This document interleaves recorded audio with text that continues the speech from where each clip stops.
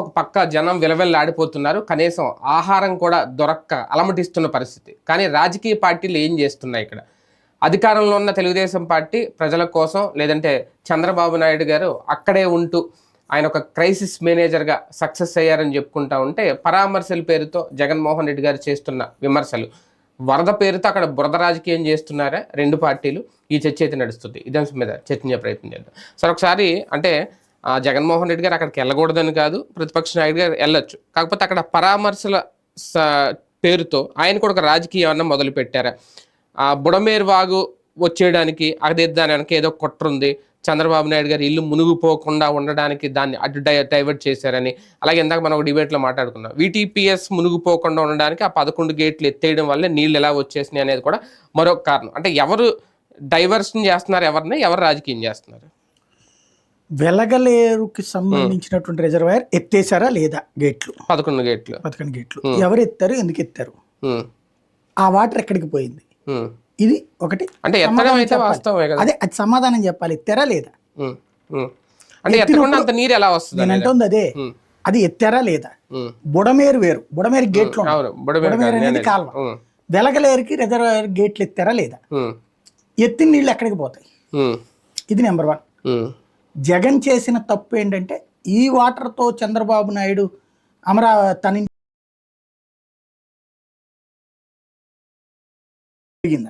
Budameru water through VTPS ద్వారా వెళ్ళాలి. Ferry దగ్గర సముద్ర కృష్ణా వీటీపీఎస్ నుంచి అటు వెళ్ళేది. అవి ఎందుకు క్లోజ్ చేసి ఉంచారు అన్నది తెలియదు. మేబీ శని ఆదివారాలు సెలవు కాబట్టి కింద స్థాయి సిబ్బందికి తెలిసి పై సార్ వచ్చాక చూసుకుంటాడు అని వదిలేశారా? లేదంటే ఎంత వాటర్ వస్తుందని అనుకోకుండా ఈలో పైన ఎట్లా కొట్టుకుపోయింది కాబట్టి వీటీపీఎస్ వాడికి తెలియదు కదా. తెలియదు. అవును. ఇంకేం చేస్తాడు అతను? మామూలుగా అక్కడ ఎప్పుడు 12 అడుగులు నిల్వ ఉండాలి. మీకు విజయవాడ ప్రకాశం బ్యారేజ్ ఎందుకు అంత నిల్వ ఉంటది? నీళ్లు కింద పొలాలకి నీళ్లు అవసరమైన అక్కడ 12 అడుగులు నీటి నిల్వ ఉంటేనే వీటీపీఎస్ పనిచేస్తుంది. అక్కడ ఉన్న కూలింగ్ కెనాల్లోంచి నీళ్లు లోపలికి వెళ్ళాలా, ఆ తగలబడిన బొగ్గుని అందులో ముంచాలి. ఆ ముంచినప్పుడు వచ్చే హాట్ వాటర్ బయటికి మళ్ళీ వచ్చి అదే కాలువలో కలవాలి. అది లేకపోతే వీటీపీఎస్ మూతపడిపోతే దాదాపు 1600 మెగావాట్ల కరెంటు పోతుంది. అంటే ఈ కోస్తాలో సగం ప్రాంతం చీకటి అవుతుంది. కాబట్టి వాళ్ళు ఎంతసేపటికి అలర్ట్గా ఉంటారు.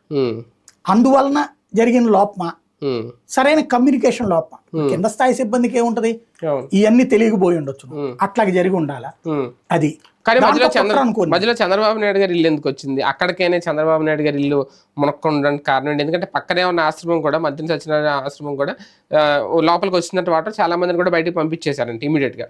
అంటే దీనికి పెద్ద దూరం ఉండదు కదా బాబు గారి ఇల్లుకి, అది అదే కట్ట మీద కొంచెం గ్యాప్ ఉంటదేమో అంతే. కానీ సేఫ్ జోన్ లో ఉంది. ఎందుకు ఉండదు? దానికి ఏంటంటే రీజను, చంద్రబాబు మంత్రి సత్యనారాయణ రాజు గారిది వీళ్ళందరూ కూడా కిందకి కట్టారు, కట్ట కిందకి. వాస్తవంగా సత్యనారాయణ రాజు గారి ఆశ్రమం ఏ పేరుతో తీసుకున్నారు పర్మిషన్? పర్యాటక ఆయుర్వేద మొక్కల పెంపకానికి తీసుకున్నారు. తీరా చూస్తే అక్కడ ఇది పెట్టారు. బేసిక్ గా ఆ లోపల ఉన్నటువంటిది అంతా కూడా పట్టా భూములు, వాటికని కిందకు ఉంటాయి.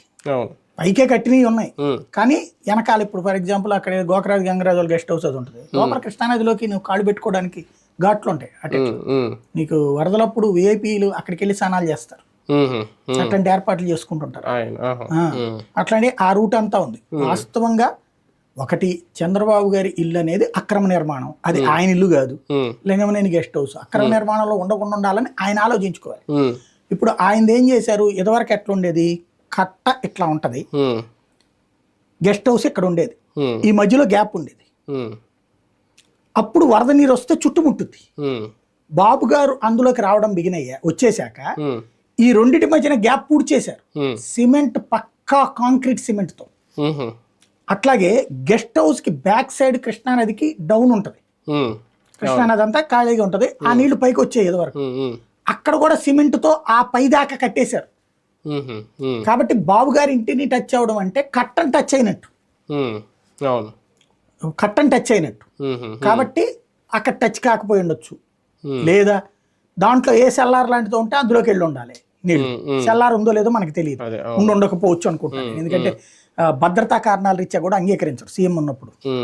చంద్రబాబు గారు సెల్లార్ లేదు, నేను వెళ్ళాను. ఒకటే ఏంటంటే లోపలల్లా అక్కడ మంతెన సత్యనారాయణరాజు ఆశ్రమంలో ఫస్ట్ గ్రౌండ్ ఫ్లోర్ కి వచ్చేసినాయి అంటే అవును ఆటోమేటిక్ గా అదంతా నీళ్ళు వచ్చేసినట్టు. బాబు గారి ఇంటికి అయితే బుడమేరుకి దానికి సంబంధం లేదు. అదే కదా. ఇక్కడ ఎందుకు ఈ గొడవ అంతా వచ్చిందంటే నాకు తెలిసి అంటే ఒకటి కలగాపలకంగా మాట్లాడడం వల్ల వచ్చింది. ఇక్కడ అసలు పాయింట్ ఏంటంటే బుడమేరు వాటర్ ప్రభుత్వ యంత్రాంగపు అసమర్థతకి సజీవ సాక్ష్యం.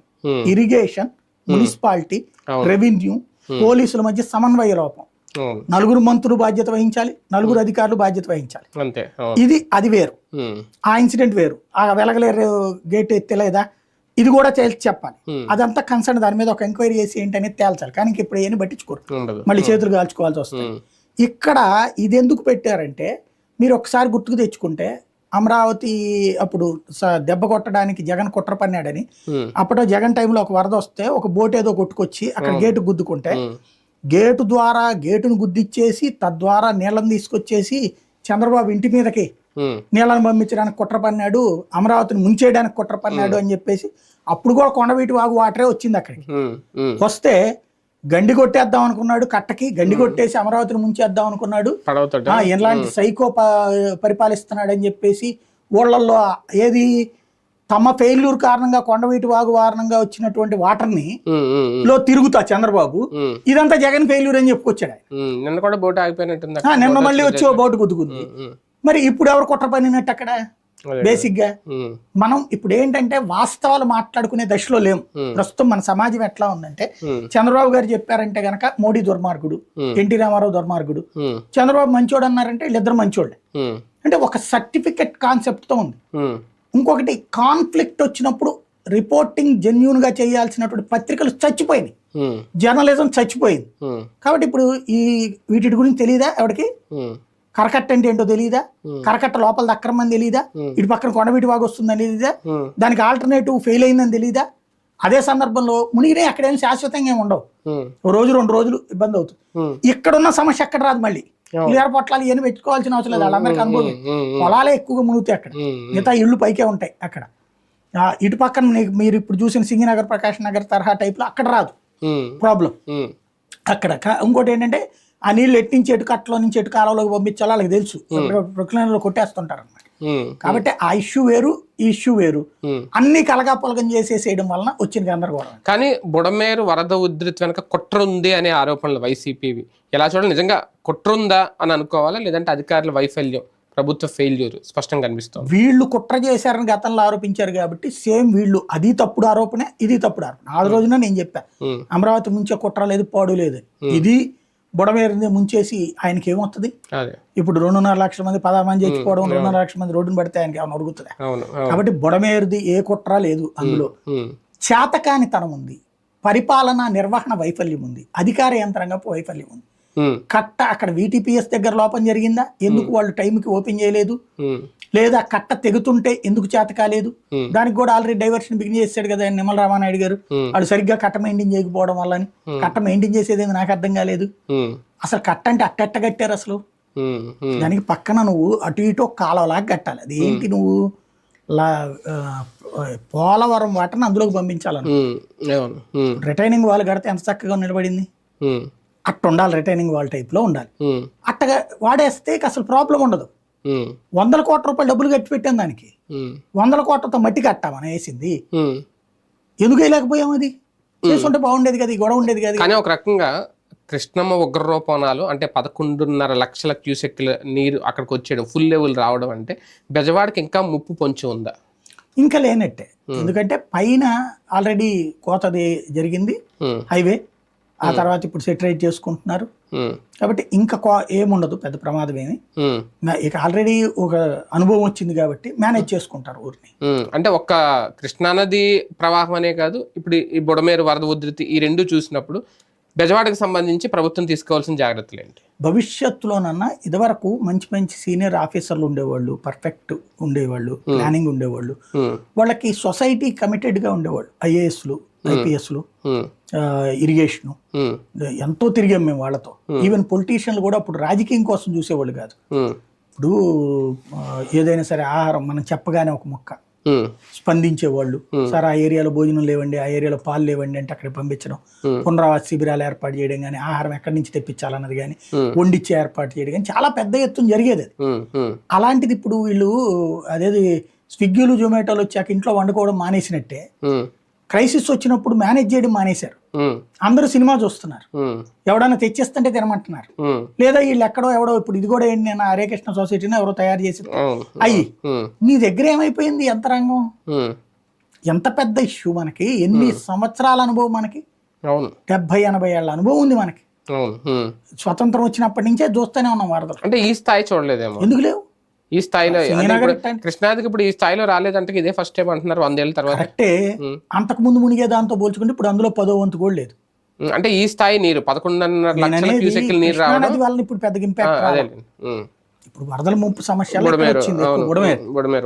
వాళ్ళని కాదు చూసుకోవాల్సింది నువ్వు. నేననేది ఎక్కడేం జరగని, ఫస్ట్ ఆ ప్రాబ్లమ్స్ కారణంగా పాత పాలకులందరూ కలిసి చేసిందే కదా రిటైనింగ్ వాల్స్. ముందు ఒకటి రిటైనింగ్ వాల్ కానీ కట్టగా రిటైనింగ్ వాల్ కూడా అంటే ఇప్పుడు ఈ టైంలో వాళ్ళ క్రెడిట్లు వేసుకోవాలని చూడడం, అంటే అసలు చంద్రబాబు గారు ఉన్నప్పుడే మొదలు పెట్టాం మేము రిటైనింగ్ వాల్ బాబు గారిది అనేది మంచిదే, అది ఓకేనండి, తప్పేం లేదు, మనం కూడా అభినందిద్దాం. అది బాబు గారి క్రెడిటే కదా, ఆయన హయాంలో ప్రారంభించారు కాబట్టి. హైటెక్ సిటీ కూడా కాంగ్రెస్కి ఇచ్చేయండి క్రెడిట్, నేదురుపల్లి జనార్దన్ రెడ్డి కదా శంకుస్థాపన చేసి ఇచ్చేయండి. అక్కడేమో శంకుస్థాపన చేసిన ఆయన, స్టార్ట్ చేసింది ఆయన, తర్వాత కట్టింది ఈయన హయాంలో. మరి ఆ క్రెడిట్ ఏమో కట్టింది పూర్తి చేసింది బాబు. అందులో ఇంకోటి, శంకుస్థాపన చేసినోడు భూములు కేటాయించినోడేమో నేదురుమల్లి జనార్దన్ రెడ్డి, పూర్తి చేసినోడేమో రాజశేఖర రెడ్డి, కొనసాగించినోడేమో కేసీఆర్, మధ్యలో బిల్డింగ్ కట్టినప్పుడు ఉన్నదేమో చంద్రబాబు. అక్కడ క్రెడిట్ ఏమో మాకే కావాలి, ఇక్కడేమో ప్రారంభం బాబు చేశారు కాబట్టి తర్వాత రిటైనింగ్ వాళ్ళ క్రెడిట్ ఏమో ఇవ్వం. దాన్ని ఎవరు అనాలి, ఏమనాలి? రాజకీయ పార్టీలు కూడా రాజకీయం చేస్తున్నాయా? మ్యాన్ మేడ్ ఫ్లడ్స్ నిన్న జగన్ గారు వాడిన పదం ఖచ్చితంగా మ్యాన్ ఫెయిల్యూర్డ్ మేడ్ అన్నాను నేను. మ్యాన్ మేడ్ అంటే మళ్ళీ కుట్రని, అదే ఆయన అన్నది, అదే మ్యాన్ మేడ్ ఫ్లడ్స్ ఫెయిల్డ్. ఇక్కడ మాన్యువల్ ఫెయిల్యూర్, సరైనటువంటి ప్లానింగ్ లేనటువంటి వైఫల్యవంతమైనటువంటి పరిస్థితి ఒక ఎత్తు వరద రావడానికి. ఆ తర్వాత సహాయక చర్యలు ఇవాల్టికి నిన్న మధ్యాహ్నం నుంచి కనీసం కొంత ఏర్పాట్లు జరిగినాయి, కనీస మాత్రపు ఏర్పాట్లు. ఇవాళ కూడా నేను ఇక్కడ చూస్తున్నాను కాబట్టి టీవీలో అయితే అంత బాగుంది అనిపిస్తుంది, అక్కడికి వెళ్తే ఎట్టుందో తెలియదు.